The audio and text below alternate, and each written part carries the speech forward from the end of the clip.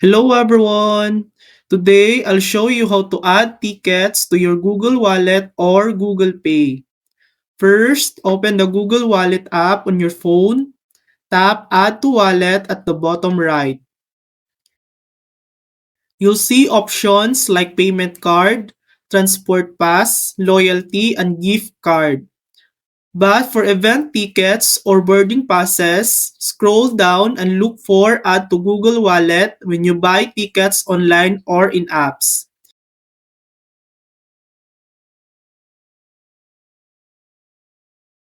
If your tickets comes via Gmail, just tap Add to Google Wallet bottom in the email.